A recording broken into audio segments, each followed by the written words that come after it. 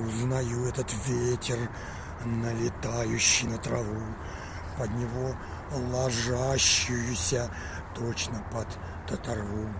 Узнаю этот лист в придорожную грязь, падающий, как обогренный князь, растекаясь широкой стрелой по косой скуле деревянного дома в чужой земле, что гуся по полету осень в стекле внизу узнает по лицу слезу и глаза закатывая к потолку.